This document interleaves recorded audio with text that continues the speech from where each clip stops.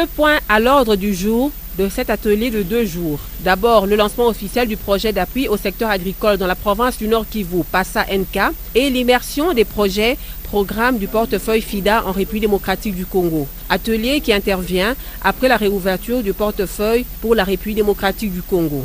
Les participants, experts du secteur agricole et gestionnaires des projets de la RDC et du Congo-Brazzaville, les staffs des gouvernements qui assurent le suivi et les équipes du FIDA à Kinshasa et à Rome en Italie échangent sur des thèmes clés afin d'élaborer ensemble une stratégie pour rehausser la performance des 2 portefeuilles par une gestion commune. Abdellah Kanafi, directeur pays FIDA, entend relever le défi avec le concours de tous.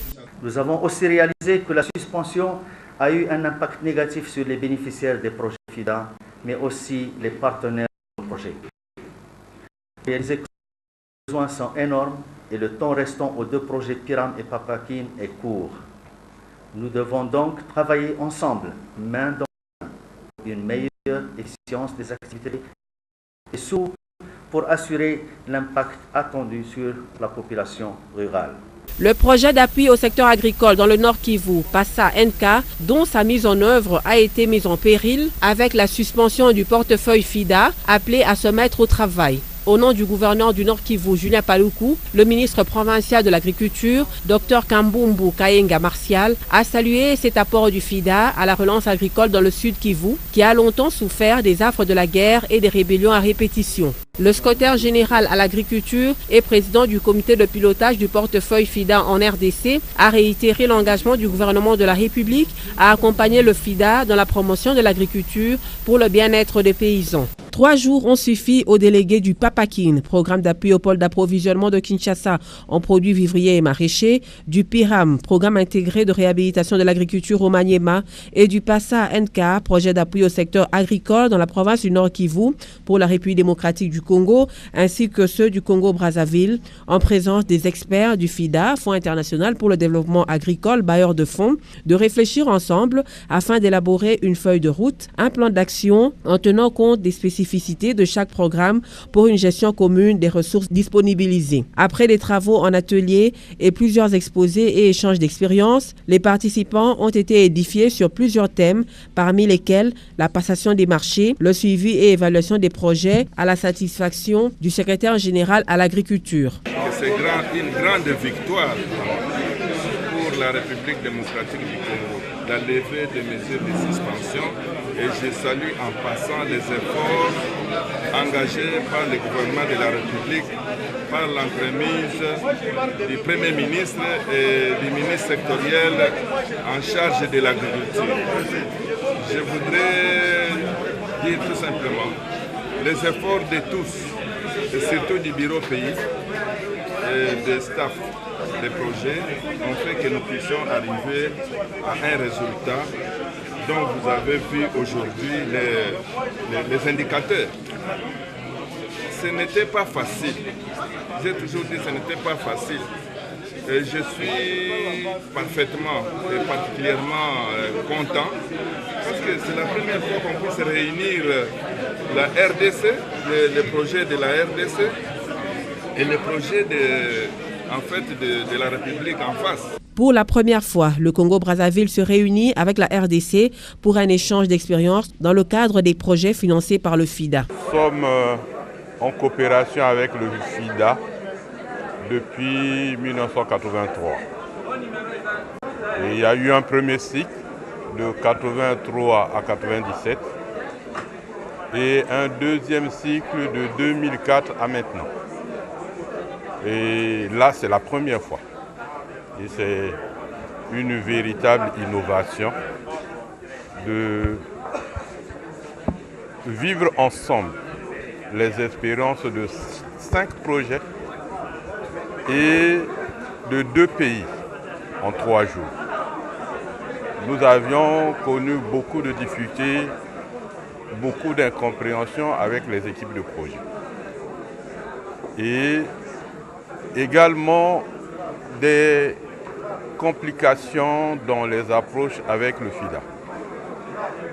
Je crois que le temps passé a fait que de chaque côté, et le FIDA et les États et nous les projets, nous nous sommes rendus compte qu'il fallait mettre un trait par rapport à la façon de travailler qui était pour nous très délicate et qui a conduit dans les deux pays des suspensions. Et qui dit suspension dit pas d'argent. Et s'il n'y a pas d'argent, il n'y a pas d'activité. Là, on vient de se mettre ensemble, de former une équipe. Le PASA NK, qui vient d'être effectivement lancé, se voit outillé pour un bon décollage. Nous avons été initiés à toutes les procédures de FIDA. Comment nous devons pratiquement conduire ce projet pour atteindre les résultats. Et nous avons eu des grands conseils des experts sur le système d'initiative à résultats rapides.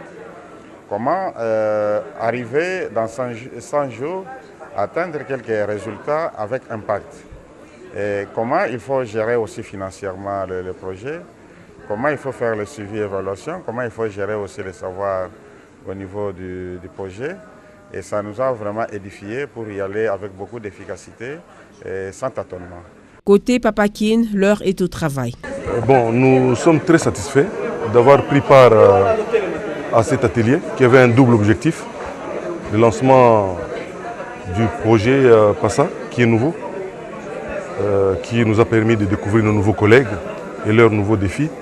Et puis l'immersion, FIDA, n'est-ce pas que nous avons bénéficié de beaucoup d'enseignements, des consultants qui sont venus de Rome et d'ailleurs. Et l'un des points d'orgue, si je peux dire, par rapport à cet atelier, c'est l'élaboration du plan d'action, ce qui pérennise donc les acquis de cet atelier. Et à partir de lundi, nous avons un nouvel agenda. Nous allons d'abord parfaire le plan que nous avons présenté et celui-là, il nous servira donc de tableau de bord pour nos prochaines activités, de sorte que au 31 décembre, nous puissions donc être évalués positivement. Le FIDA, bailleur de fonds, se dit satisfait et espère à des lendemains meilleurs. Bon, je dois dire que le FIDA est très satisfait, vraiment très satisfait de la réussite de cet atelier qui a réuni presque 150 personnes. Nos 5 unités de gestion de projet, 3 unités de gestion de projet de la République démocratique du Congo, Papakine, Piram et PASA NK, et les 2 unités de gestion de projet de Congo-Brazzaville, le PDPAC et le PADEF, avec bien sûr les responsables du gouvernement, des différents ministères et les organisations paysannes, la société civile. Donc c'était extraordinaire. Nous avons également bénéficié de nos experts qui sont venus du FIDA de Rome et d'autres régions et qui ont discuté tous les aspects relatifs aux opérations du FIDA, depuis la passation de marché à la gestion financière avec tous ces détails, et on a eu beaucoup de sessions parallèles, le temps pro, on a discuté du ciblage et du genre, on a discuté de la gestion des savoirs, on a même discuté on a eu cette vidéoconférence avec notre bureau d'investigation sur l'anticorruption et l'alerte. Donc c'était extraordinaire. Le tout pour améliorer le travail de la femme rurale afin de garantir son épanouissement social et économique.